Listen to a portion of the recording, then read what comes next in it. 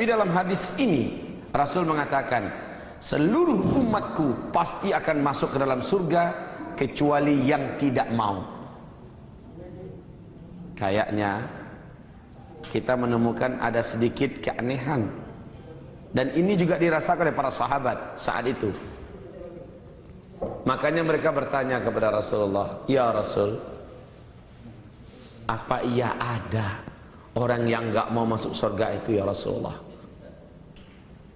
Siapa orangnya? Siapa orang yang tidak mau masuk surga?" Qal Rasulullah sallallahu alaihi wasallam menjawab, "Man ata'ani dakhalal jannah."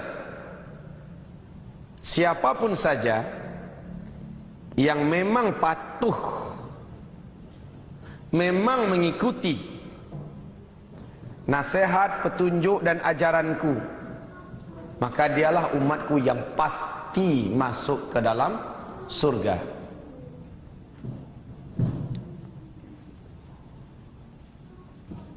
Wa man asani faqad aba.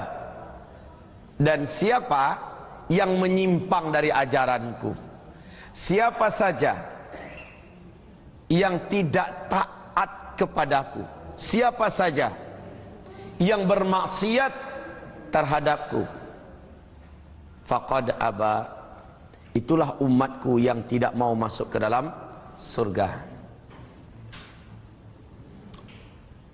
Ibu-ibu yang kita muliakan, masih dalam Sahih Imam Muslim dan masih dari sahabat Abu Hurairah, semoga Allah ridha kepadanya, Rasulullah bersabda, perbandingan umatku kelak yang akan masuk ke dalam surga dibandingkan kelak yang akan masuk ke neraka. Bisakah ibu menyebutkannya, Bu, berapa? Ingatkah? Perbandingannya berapa? Umat Nabi yang akan masuk ke dalam surga dibandingkan umat Nabi yang masuk neraka. Soalnya se-Jakarta ini orang kalau kita tanya, Bu, se-Jakarta, se-Jabodetabek, kalau kita tanya, dibuat polling, pasti kita akan temukan lebih 98 atau 99% menyatakan ingin menjadi ahli surga. Yang orang Islamnya loh. Tetapi tahukah kita, wahai hamba-hamba Allah yang kami muliakan, perbandingan yang diceritakan Rasulullah, dan ini bukan ramalan ya, perbandingan yang diceritakan oleh Rasulullah sallallahu alaihi wasallam, umatnya yang akan masuk ke dalam surga dibandingkan dengan umatnya yang akan menjadi ahli neraka. Rasulullah sallallahu alaihi wasallam menyebutkan setiap 100 orang dari mereka, dari umatku, kata Nabi, 99-nya adalah ahli neraka. Saya juga tidak senang dengan hadis ini, Bu. Bukan hanya ibu, saya juga tidak senang dengan hadis ini, tetapi saya wajib mengimaninya. Betul begitu, Bu? Siapa yang suka mendengarkan hadis ini? Dalam 100 orang dari umat Nabi, setiap 100 orang, 99-nya adalah ahli neraka, kata Rasulullah. Dan ini hadisnya sahih. Satu yang menjadi ahli surga itu. Ya Rabb, kalau kata orang Padang, menggigil menanganya, menggigil kita mendengarkannya. Ibu-ibu yang kami muliakan,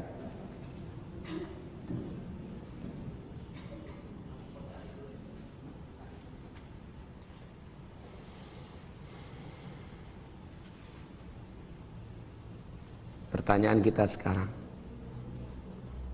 siapakah yang satu orang yang berhasil masuk surga dalam setiap 100 orang itu?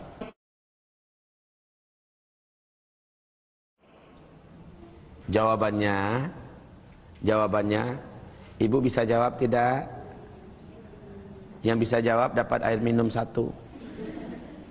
Ibu bisa jawab, siapakah orang yang dari setiap 100 orang itu, satu yang masuk surga? Ibu bisa jawab tidak? Siapa orangnya? Siapa orangnya? Ibu harus berani menjawab, mesti saya, Ustaz. Iya, begitu. Mesti saya orangnya. Apa syaratnya Ustaz? Kami akan penuhi. Begitu kan? Iya.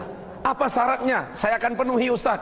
Karena begitu jauhnya perbandingan orang yang akan menjadi ahli surga dibandingkan yang akan masuk neraka. Tentu saja ada amalan dan keistimewaan dari 1 orang per 100 itu, ya. Yang insya Allah kalau kita punya azam, kalau kita punya tekad hati yang kuat, insya Allah kita akan bisa. Maka kalau ditanya lagi, siapakah orangnya dari setiap 100 orang 1 yang masuk surga itu? Jawabannya, ibu nggak usah ragu-ragu, bimbang, mikir-mikir ulang-ulang. Orangnya harus saya, Ustaz. Iya, Bu? Tapi Bu, dengarkan pengajian, bawa pulang langsung diamalkan. Insya Allah ketemu kita di pintu surga, kalau saya pun beruntung masuk surga. Amin ya Rabbal Alamin. Ustaz, terima kasih berkat pengajian Ustaz dulu nih ya. Kami akhirnya nyampe di surga, Pak Ustaz. Allahu Akbar. Masya Allah. Hamba-hamba Allah yang kami muliakan. Nah sekarang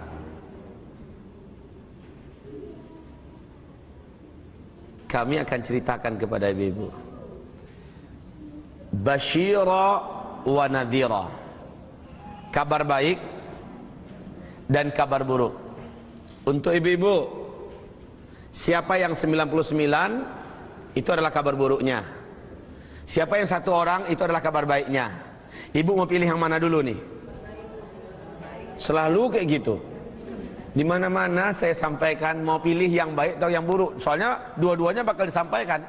Mana yang nak manis dulu baru pahit atau pahit dulu baru manis? Pahit dulu baru manis. Nah ini subhanallah. Awal-awal saya tanyakan, mana mau kabar baik dulu atau kabar buruk dulu? Dijawab kabar baik dulu Ustaz. Habis itu baru kabar buruknya. Sudah semua semangat langsung kempes. Ya, atau kabar buruk dulu ya, kemudian baru kabar baik. Yang manapun yang diminta, dua-duanya akan kita sampaikan sekarang.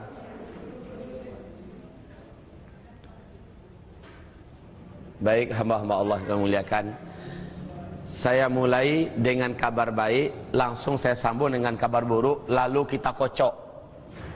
Kita aduk kabar baik dan kabar buruk ini. Mana yang menang dalam pengajian ini? Kabar baiknya begini, Bu.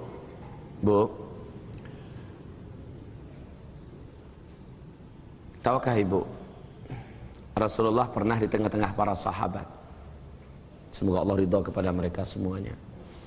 Jadi Rasulullah ini bercerita nanti pada hari kiamat ada umatku sejumlah 70.000 orang yang ketika dibangkitkan mereka langsung disambut dengan kendaraan khusus dari tempat kebangkitannya, dan mereka dibawa iring-iringan di atas kendaraan seperti utusan raja, dan mereka melewati padang mahsyar tidak mengalami hisab.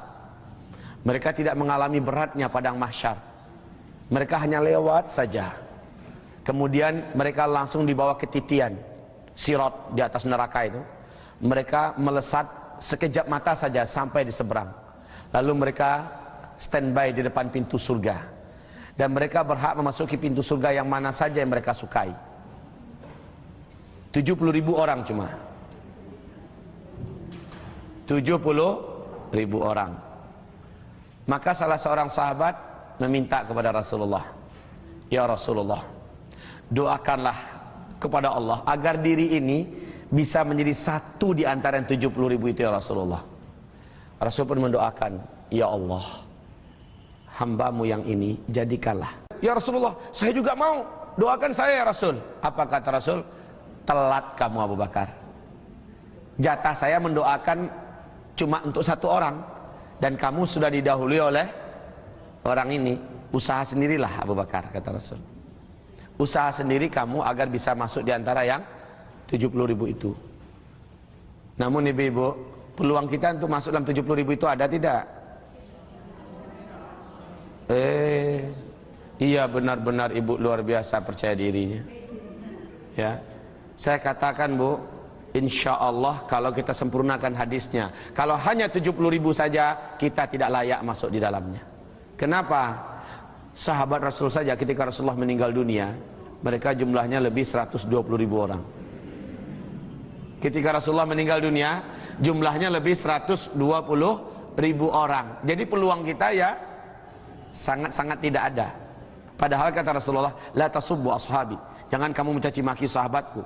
Kalau salah seorang di antara kalian mampu berinfak sebesar Jabal Uhud, sebesar gunung Uhud itu, emas luar dalam padat berinfak lillahi ta'ala, iman kamu yang bisa berinfak sebesar itu belum bisa mengimbangi iman para sahabatku, salah seorang dari mereka, seujung kuku mereka pun. Artinya jauh panggang daripada api ya. Tidak akan bisa kita masuk dalam kelompok itu. Namun alhamdulillah Rasul mengatakan di padang mahsyar, aku sujud nanti kepada Allah dengan sujud yang panjang dan lama. Allah akhirnya berfirman, ya Muhammad, angkat kepalamu, ajukan doamu, kamu mau minta apa? Rasulullah pun mengangkat kepalanya dari sujud, ya Allah, umatku banyak, hamba mohon kepada engkau tambahkanlah. Jangan 70.000, itu kan benar-benar menutup peluang bagi siapapun umat Nabi setelah para sahabat. Lalu Allah Subhanahu wa taala memberikan kabar baik dengan pengkabulan doa. Hai Muhammad, setiap 1.000 orang dari 70.000 tadi membawa 70.000 yang lain. Alhamdulillah, ada peluang. Sudah ada peluang. Artinya setiap 1.000 orang dari 70.000 tadi membawa 70.000 yang lain. Artinya 70 kali 70.000 hasilnya berapa? 4 yang biasa hitung uang, yang biasa memainkan kalkulator, 4 juta. Benar Bu. Sudah ada peluang kita enggak? Insyaallah ada Bu. Selanjutnya, aku sujud lagi kata Rasulullah, dalam sujud yang panjang. Lalu Allah kembali memerintahkanku, angkat kepalamu Muhammad, kamu minta apa? Ya Allah, zid. Ya Allah, zid. Tambahkan ya Allah. Sayangnya Nabi Muhammad pada kita ya. Ya Rabb, zid. Ya Allah, tambahkan. Maka Allah Subhanahu wa taala mengatakan, ya Muhammad, fahtu thalatha hathayat. Ciduklah olehmu 3 kali cidukan lagi. Ya. Kalau boleh kita mengartikannya, kali lipatkanlah 3 kali daripada itu. Sudah tidak ada permohonan tak tambah lagi, enggak ada kata Allah. Itulah cukup banyak tidak? Sudah cukup banyak. Betapa maha pemurah Allah. Artinya peluang kita untuk menjadi yang mereka-mereka ini ada syaratnya. Nah, dengarkan syarat ini ya. Syaratnya ini dijelaskan oleh Syekh Islam Ibnu Taimiyah. Semoga Allah memberi rahmat kepadanya. Syaratnya 1. Imani seluruh isi Al-Quran. Terima seluruhnya dan jangan ada yang dibenci, jangan ada yang ditolak. Seluruhnya, baik perintahnya ataupun larangan. Yang pertama. Yang kedua, apa mau nulis dulu atau saya lanjut aja? Yang pertama, imani seluruh isi Al-Quran ini. Seluruhnya, baik perintahnya ataupun larangannya. Tanpa ada yang dibenci, tanpa ada yang tidak disukai. Begitupun juga sunnah-sunnah Rasulullah sallallahu alaihi wasallam. Bismillah. Yang kedua, kerjakan seluruh yang wajib dalam agama ini sesanggupnya. Dan tinggalkan apapun yang diharamkan oleh Allah dan Rasulnya. Ini yang kedua. Kira-kira sanggup enggak nomor 1, nomor 2 ini? Sanggup? Alhamdulillah. Benar nih Bu? Benar nih Bu? Saya uji Bu, saya tantang. Dan ibu-ibu hanya sekedar tes. Saya tes. Bu, umumnya wanita zaman sekarang paling takut dengan surah An-Nisa ayat 2. Betul tidak? Betul tidak? Betul tidak? Bagaimana? Mau diterima? Kok lama jawabnya? Mau diterima? Apa itu? Tuh, coba lihat. menerima seluruh Al-Quran ini, isinya, apapun perintah dan larangan di dalamnya, tidak ada yang dibenci dan tidak ada yang tidak disukai. Benar, Bu? Gimana? Insya Allah? Semoga tidak terjadi ya. Ya harus begitu. Semoga tidak terjadi. Tandanya ibu normal. Kan nggak ada ibu-ibu yang senang kalau dirinya dimadu. Kan nggak ada kan?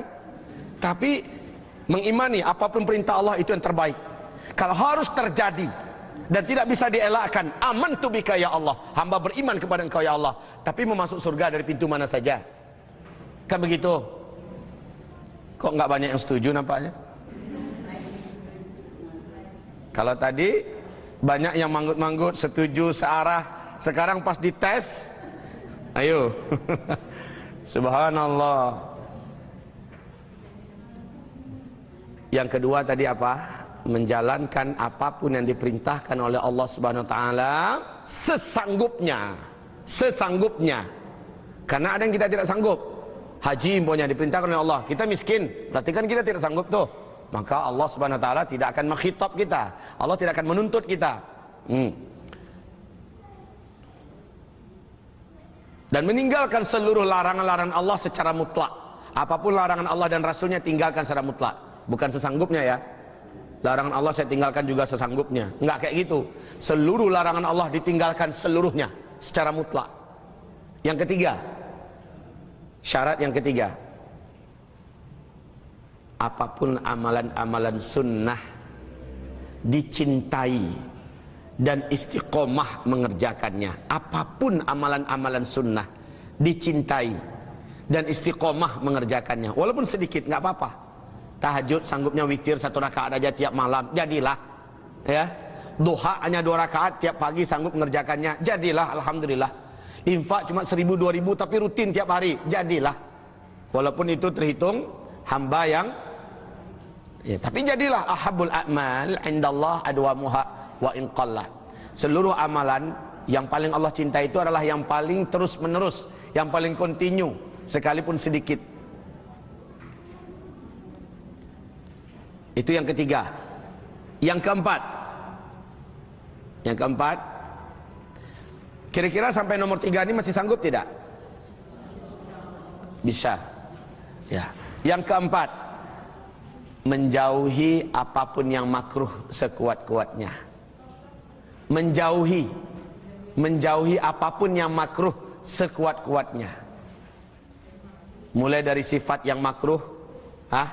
Sampai kepada makanan yang makruh, perkataan dan tindak tanduk yang makruh sekuat-kuatnya.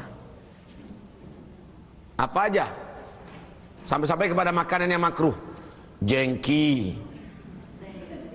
Tahu jengki? Jering. Iya, jering. Durian. Iya. Ya. Ya, tapi yang jelas ini kan nggak haram, boleh saja, ya. Itu contohnya. Termasuk nonton acara-acara yang hanya akan menghabiskan waktu, walaupun nggak dosa, tapi hanya menghabiskan waktu, nggak nambah pahala, nggak nambah iman, hanya sekedar menghabiskan waktu dalam tontonan. Ini juga makruh. Baik. Berapa baru? 4 baru ya. 3 lagi dari hadis. Yang nomor 5. 3 ini 5, 6, 7-nya ya. Yang nomor 5. Tidak minta diri ini agar diruqyah orang. Tidak minta agar diri kita ini diruqyah oleh orang. Anjuran yang paling kuat itu dalam agama adalah ruqyah diri sendiri. Kan begitu? Ruqyahlah diri sendiri. Kalaupun harus, enggak kita yang minta, tapi orang yang nawarkan untuk meruqyah kita, boleh. Berarti tidak termasuk orang yang minta dirinya diruqyah. Ini yang nomor 5. Yang nomor 6. Wala yatatayyarun. Tidak mempunyai kepercayaan adanya unsur sial dalam hidup ini.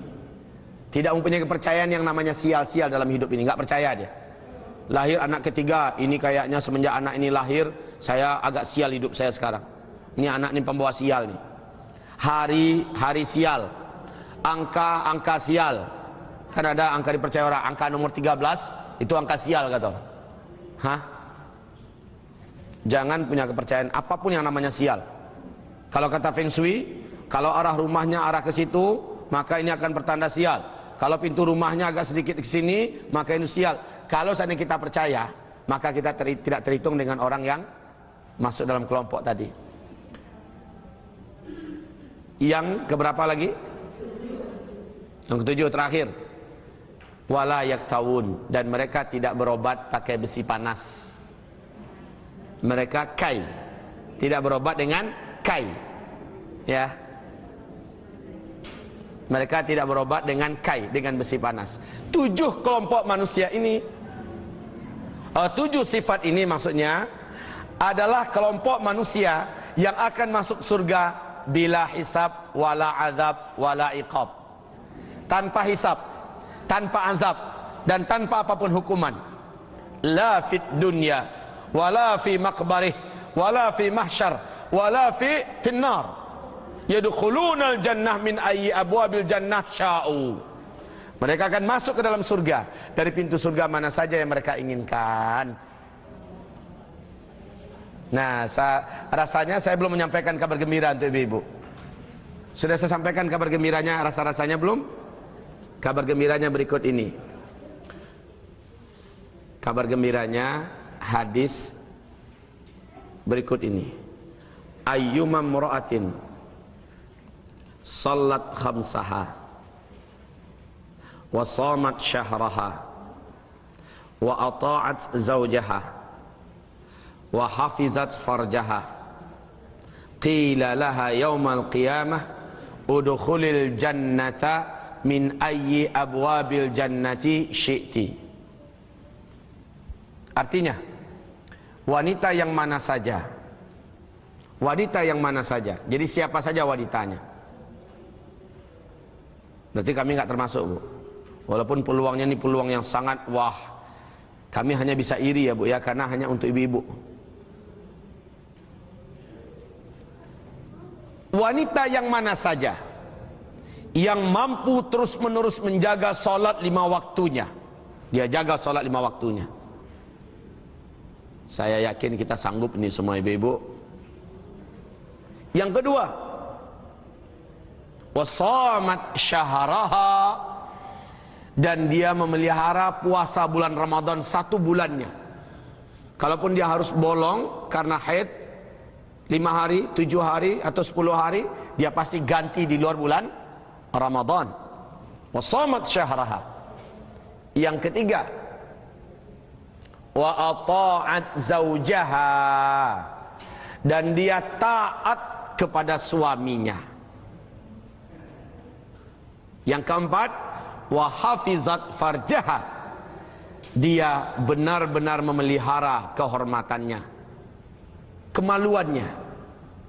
Qila laha, dikatakan kepada wanita yang semacam itu di dunia, di hari kiamat kelak, udkhulil jannata, masuklah engkau ke dalam surga, min ayyi abwabil jannati syi'ti, dari pintu surga yang manapun saja yang engkau sukai. Allah. Kepada ibu yang macam ini dipanggil nanti. Dari pintu mana mau masuk surga? Silakan. Bu, ibu mau masuk pintu surga dari pintu surga yang ke-6? Mau? Asal masuk surga lah ya. Dari pintu mana saja pokoknya masuk surga. Betul, Bu? Cuma saya mau tanya sama ibu, sanggup enggak? Kata Rasulullah SAW, 1 pintu surga itu jarak dari 1 tiangnya ke tiang yang lain. 1 pintu surga itu jarak 1 tiangnya ke tiang yang lain, itu baru 1 pintu lah ya. 500 tahun perjalanan. Subhanallah.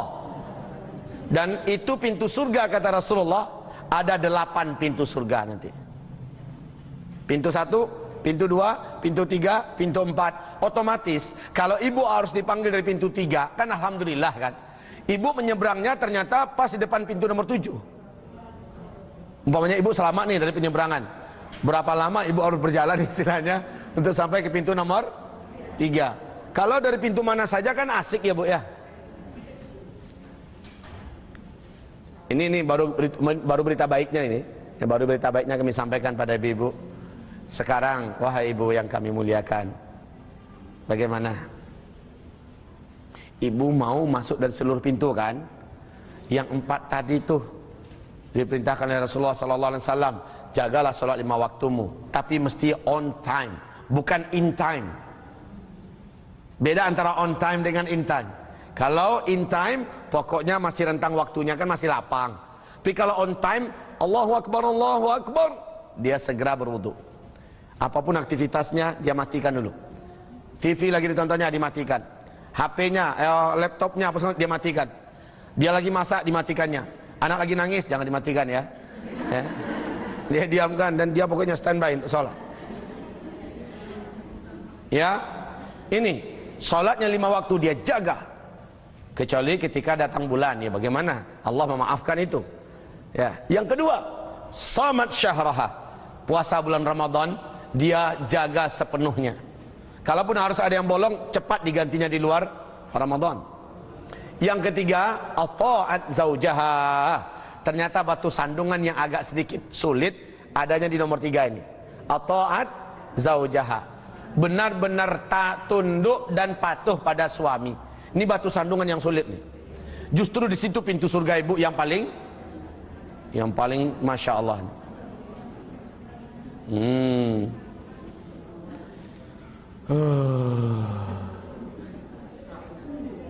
Syushah Ustaz.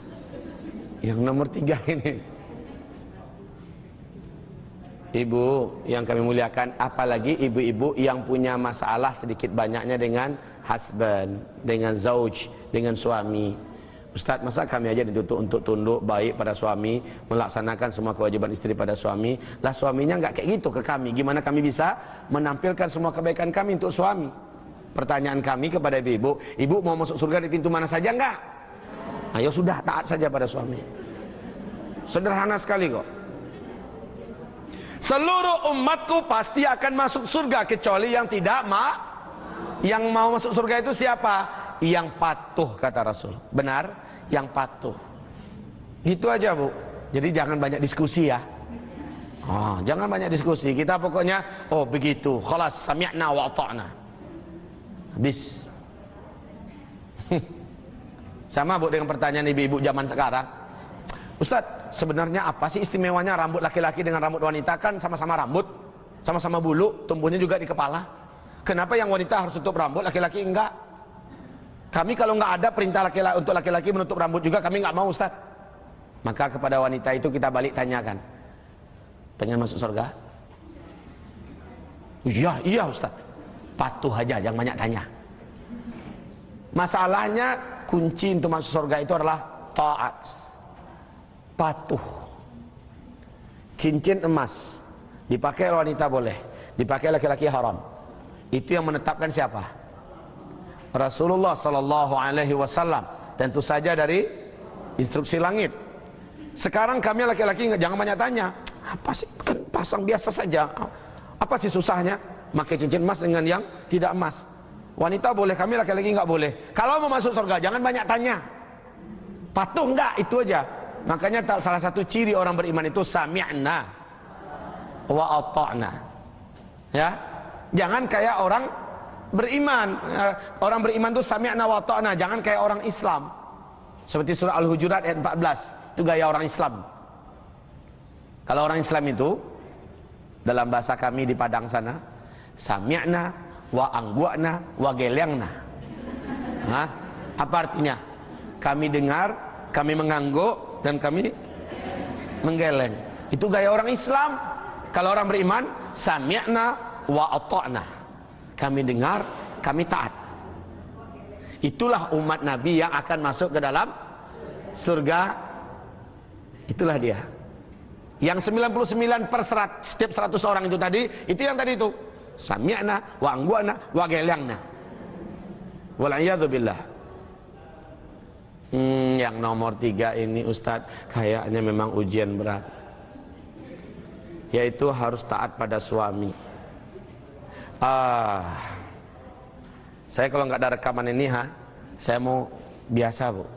Keliling sana, jalan sini, ya. Capek juga duduk terus, Bu. Bu. Boleh? Alhamdulillah. Saya minta izin.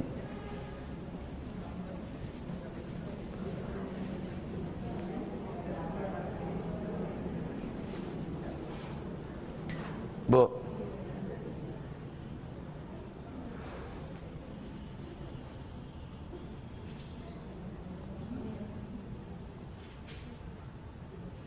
Yang paling banyak dilihat oleh Nabi waktu Isra Mi'raj dari umatnya waktu dibawa jalan-jalan ke neraka, siapa, Bu?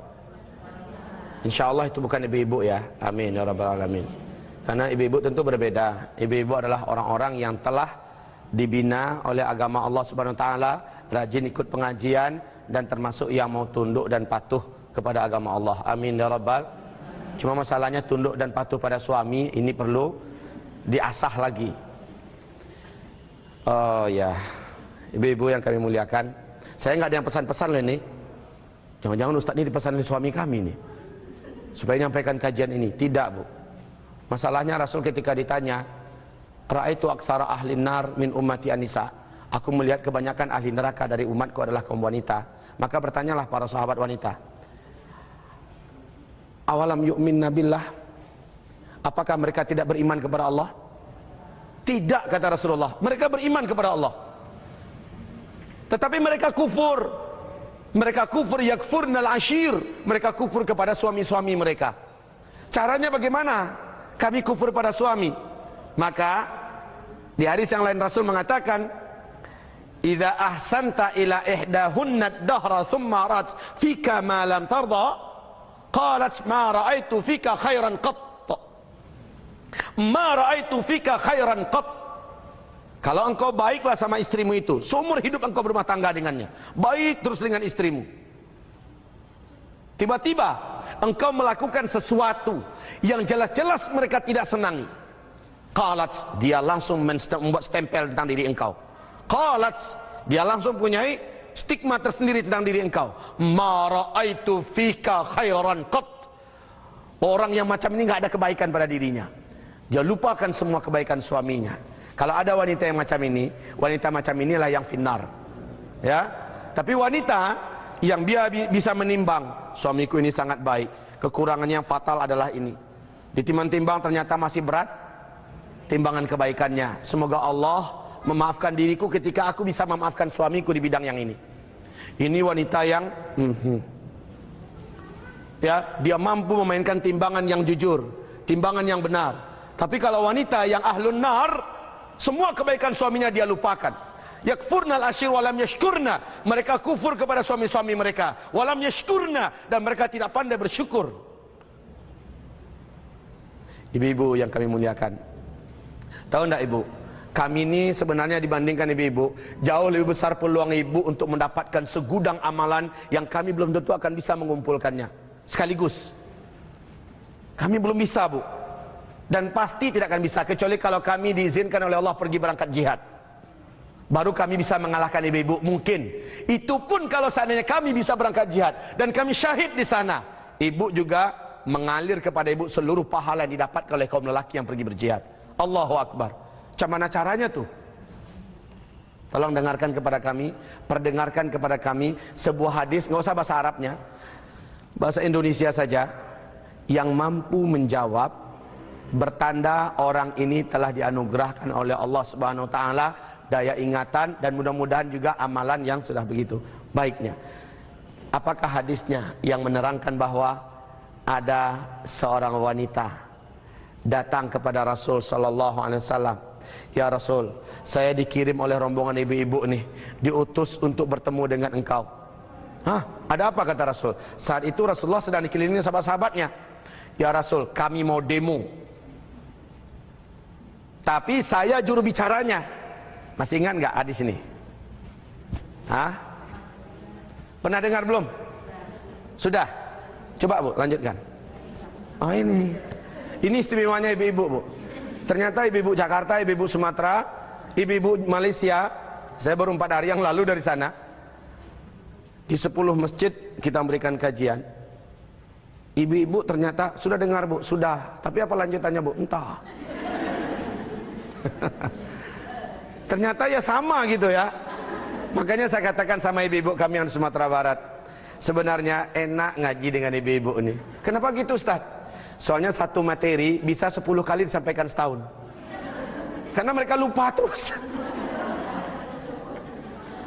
Nanti udah selesai disampaikan, oh iya Ustaz, iya. Gitu. Nah, jadi ibu-ibu,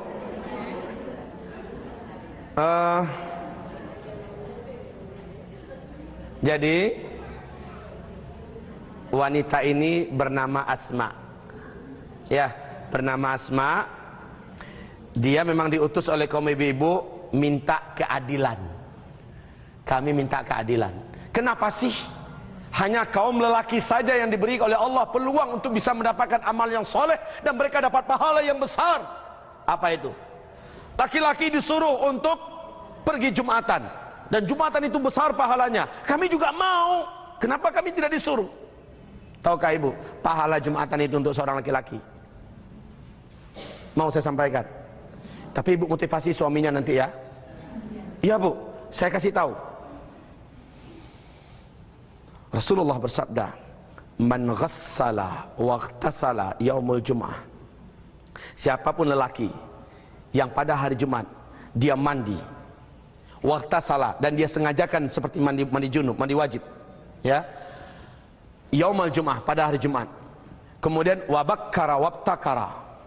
Dan Rasul mengatakan, lalu dia berangkat menuju ke masjid dalam keadaan pagi-pagi, dan dia niatkan memang untuk ke masjid.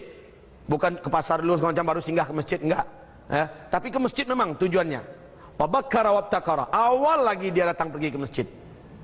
Kemudian wa masya wa lam yarkab. Dia berjalan kaki dan dia tidak menunggang kendaraan. Kemudian wadana minal imam. Dia mengambil posisi di masjid yang paling dekat posisinya dengan imam. Wa yasma'u wa lam yalghu. Dia dengar dan dia tidak bersenda gurau dan tidak bermain melakukan hal yang sia-sia ketika khatib menyampaikan khutbah. Kanat lahu likulli khatwatin ajru sanatin siyamiha wa qiyamiha. Allah, Masya Allah, ini hadis. Setiap satu langkah yang dilangkahkannya menuju ke masjid tadi dinilai oleh Allah, dia berhak mendapatkan pahala orang yang berpuasa 1 tahun penuh, orang yang qiyamul lail 1 tahun penuh, setiap satu langkah itu. Subhanallah. Laki-laki lah itu. Lah kami pengen ya Rasul, kata Asma. Kenapa cuma laki-laki? Wajar tau. Jadi ibu, hari Jumat Bu, ingatkan suaminya. Ini rekaman ini kalau bisa nanti di apa? Ibu ada yang rekam, dibluetoothkan, dibagikan pada yang lain. Suruh dah suami dengarkan ini. Kemudian apa kata Asma berikutnya? Laki-laki dibolehkan mengantarkan jenazah ke kuburan. Lah kami dilarang. Masa itu kan memang masih dilarang kaum ibu untuk mengantarkan jenazah sampai ke kuburan. Kami juga ingin ya Rasul. Kami ingin. Tahukah ibu pahalanya apa orang ngantar ke kuburan ini? Barakallahu fiki. 1 qirat. Siapa yang mensolatkan jenazah, falahu qirat. Siapa yang mengantarkannya ke pemakaman terakhirnya, falahu qirat. Faqala ashabu min ashabi Rasulillah sallallahu alaihi wasallam. Siapa yang menyolatkan, siapa yang mengantarkan, dapat 2 qirat, kata Rasul. Ada sahabat yang bertanya, ya Rasulullah, wa mal qirat? Apakah itu qirat? Apa Bu qirat? Allahu akbar. Apa yang 1 bukit Uhud, Bu? Barakallahu fiki. Masya Allah. 1 kali dia melakukan itu, dia dapatkan 2 qirat. 2 bukit, bukan bukit, jabal itu adalah gunung ya. Gunung Uhud beratnya untuk memberatkan timbangannya nanti pada hari kiamat. Lalu apa kata para sahabat? Laqad dayya'na qararita katsira. Alangkah banyaknya kalau begitu qirat-qirat yang sudah kami sia-siakan selama ini. Lah itu kan cuma untuk laki-laki ya Rasulullah. Kami ingin kami kaum wanita juga mendapatkan peluang itu. Satu lagi, ya Rasul, kata Asma, laki-laki diperintahkan untuk berjihad. Sementara kau sendiri yang mengatakan tidak ada amalan di bumi ini dalam agama ini yang bisa mengalahkan amalan jihad, ya Rasul. Bu, apa pahala jihad itu? Kita nggak cerita pahala syahid loh ya. Syahid itu sudah nggak ada lagi yang bisa mengalahkannya. Jihad aja dulu. Apa pahala jihad, Bu?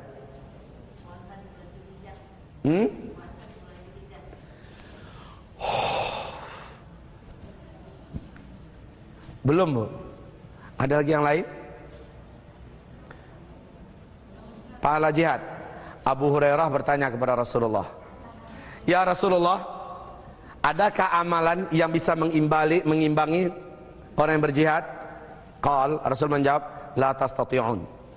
Kamu tidak akan sanggup. Kalaupun ada, kamu tidak akan sanggup. Bertanya lagi Abu Hurairah, ada enggak ya Rasulullah? Qal, Nabi menjawab lagi, la tastati'un. Kamu tidak akan sanggup. Bertanya lagi kali yang ketiga, ada enggak ya Rasul? Lagi-lagi Rasul mengatakan, la tastati'un. Kamu tidak akan sanggup. Ya Rasulullah, coba dulu terangkan apa itu, kalau ada, siapa tahu kami sanggup. Baik, kata Rasulullah. Sejak si mujahid meninggalkan rumahnya, pergi ke medan jihad, pergi berperang, sejak itu kalian sholat, jangan berhenti ya. Kalau yang baca Quran, jangan berhenti. Kalau yang zikir, jangan berhenti. Ya, kalau yang pokoknya lagi ibadah apa, jangan berhenti, jangan putus-putus. Nggak boleh makan, nggak boleh minum, nggak boleh tidur, nggak boleh apa semacamnya. Terus saja ibadah. Maka apa kata Abu Hurairah? Wa ayyuna yutiqu dzalika ya Rasulullah? Mana ada orang yang sanggup kalau begitu ya Rasul? Makanya kata Rasul, sudah saya katakan dari la tastati'un, la tastati'un, la tastati'un. Kamu tak akan sanggup, kamu tak akan sanggup, kamu tak sanggup. Nyinyi juga tanya baru. Ya. Sudah saya katakan kamu tak akan sanggup, masih nyinjin bertanya. Itu pahala jihad. Belum lagi kata Rasulullah, pergi berjihad sebentar saja, seperahan susu onta, wajabat lahul jannah. Wajib orang itu masuk dalam surga. Seorang preman besar meninggal dunia di zaman Rasul sallallahu alaihi wasallam. Ibadahnya masih jauh lah, ya. Amalan-amalan yang nyerempet dosa masih rutin dikerjakannya, mati. Sehingga sahabat-sahabat nggak ada seorang pun yang mau menyelenggarakan jenazahnya, apalagi mengantarkan jasadnya ke liang lahatnya. Nggak ada yang mau. Akhirnya Rasulullah SAW bertanya, kenapa kalian tidak menyelenggarakan jenazahnya? Kata mereka, ya Rasulullah, ini orang dosa aja yang dia buat seumur hidup. Untuk apa juga kami yang ngurus orang yang selama hidupnya cuma dosa yang dibuat? Apa kata Rasulullah? Coba ada nggak di antara tuan-tuan yang bersaksi bahwa dia pernah melakukan suatu kebaikan, apapun pokoknya dalam Islam ini? Salah seorang sahabat angkat tangan.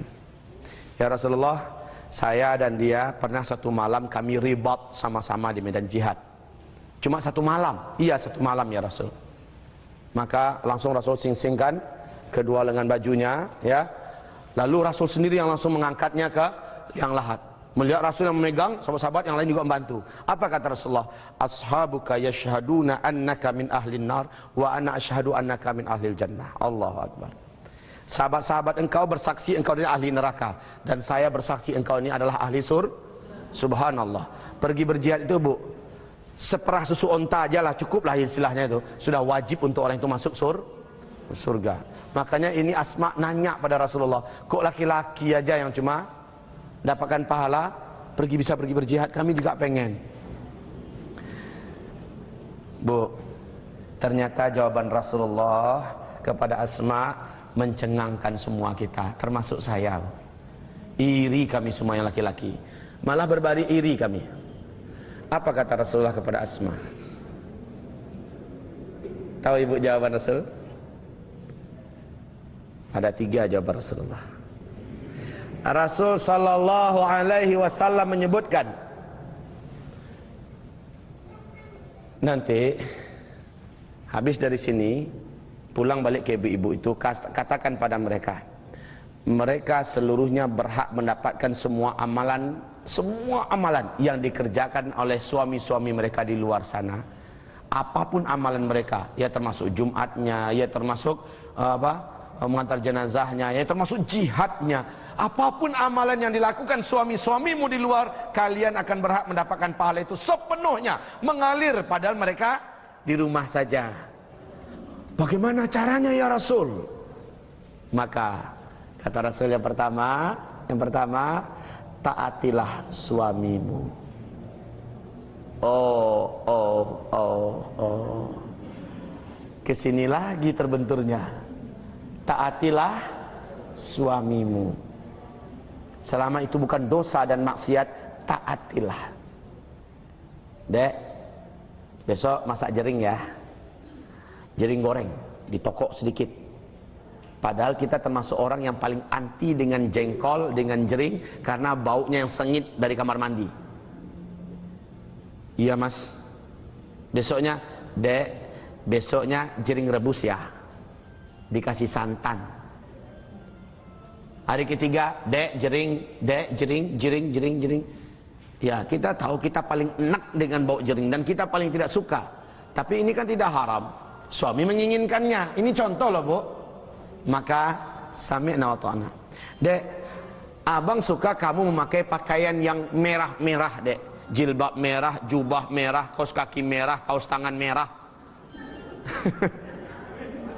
Sepatu merah. Mas, masa iya pakai merah-merah, Mas? Ini kan pakai norak.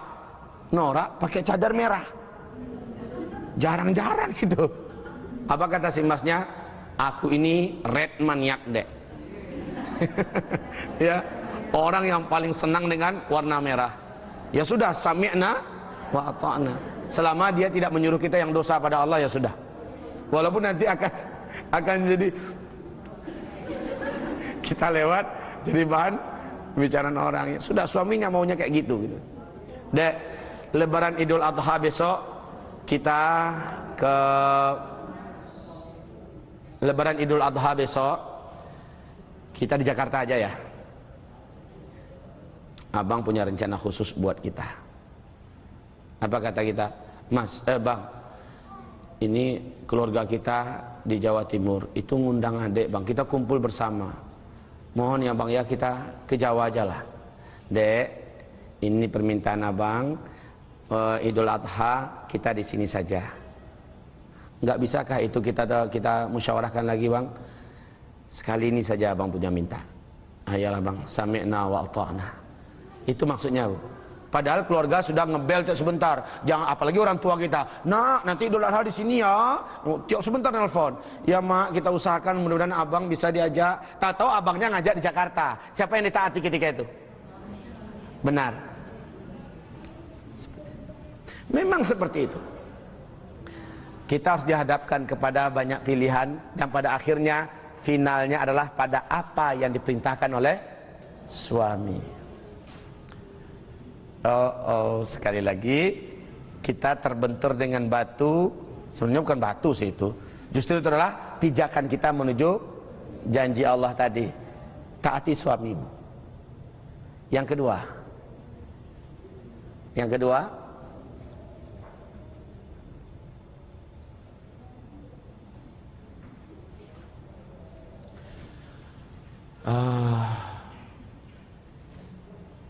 kita sampai jam berapa?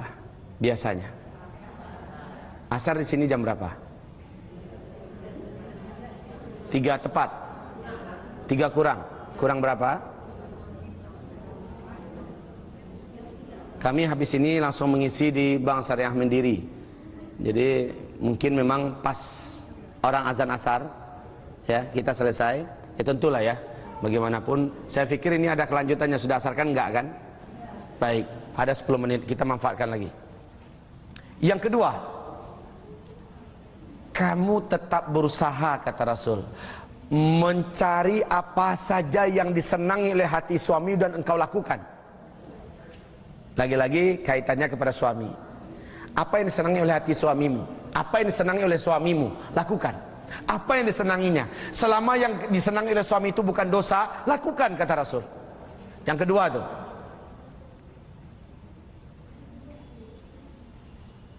Yang ketiga, ketika suamimu tidak ada, kata Rasulullah, kau jaga dirimu, kehormatanmu, harta suamimu, anak-anak suamimu. Apabila yang 3 ini mampu kalian lakukan sebaik-baiknya, semua pahala suamimu yang dia kerjakan di luar sana mengalir kepadamu, di copy paste oleh Allah, diambilkan sebanyak yang suami dapatkan dan dibagikan kepada kita yang ada di rumah. Subhanallah. Apakah ini sangat adil Islam, Bu? Sangat adil nggak Islam? Sangat.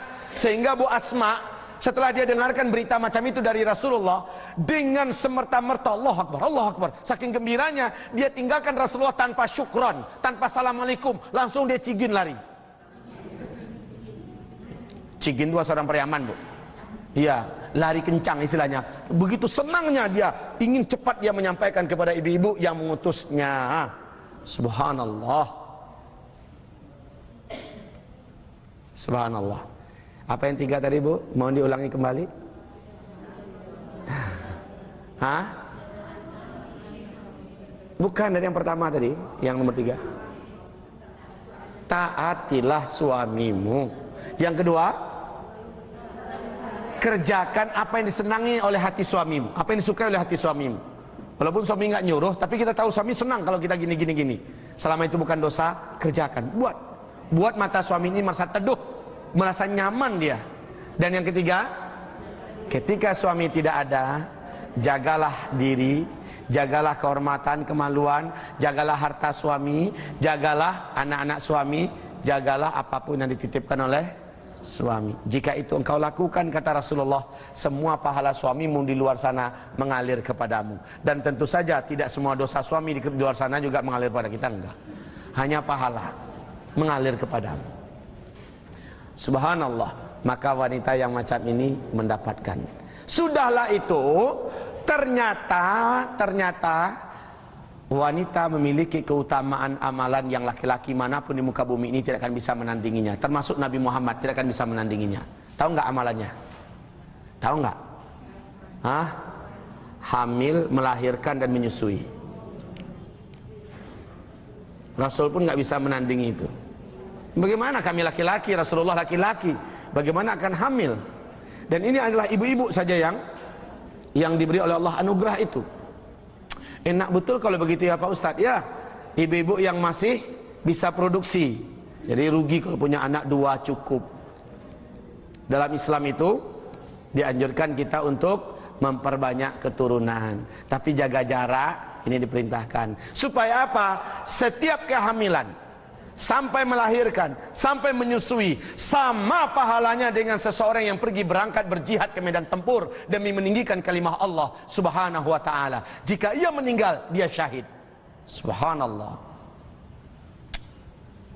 Cuma ibu yang punya peluang untuk itu, Bu. Kami ini, ya Allah, miskin.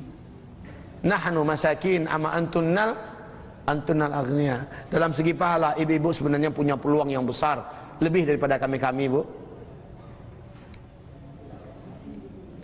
Nah, ibu-ibu yang kami muliakan, saya baru bisa menyampaikan kabar gembiranya baru ya.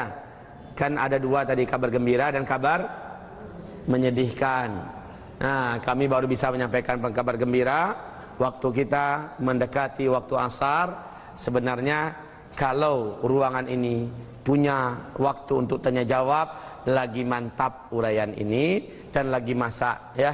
Akan tetapi qadarullah, jadwal kita sampai di sini. Sedikitnya, adakah sesuatu yang mengganjal ingin ditanyakan? Silahkan. Ada pertanyaan? Bismillah.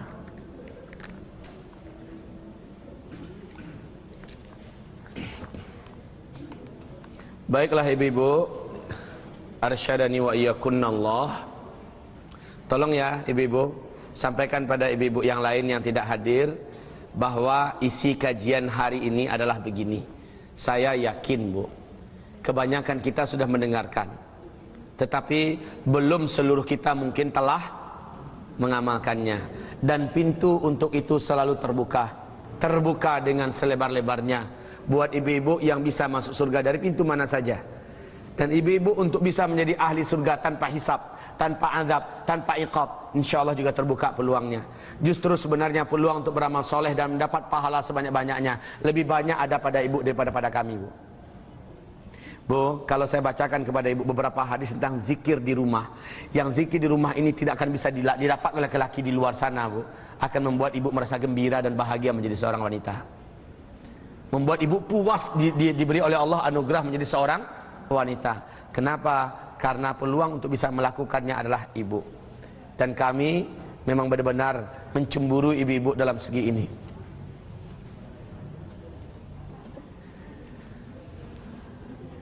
Demikian.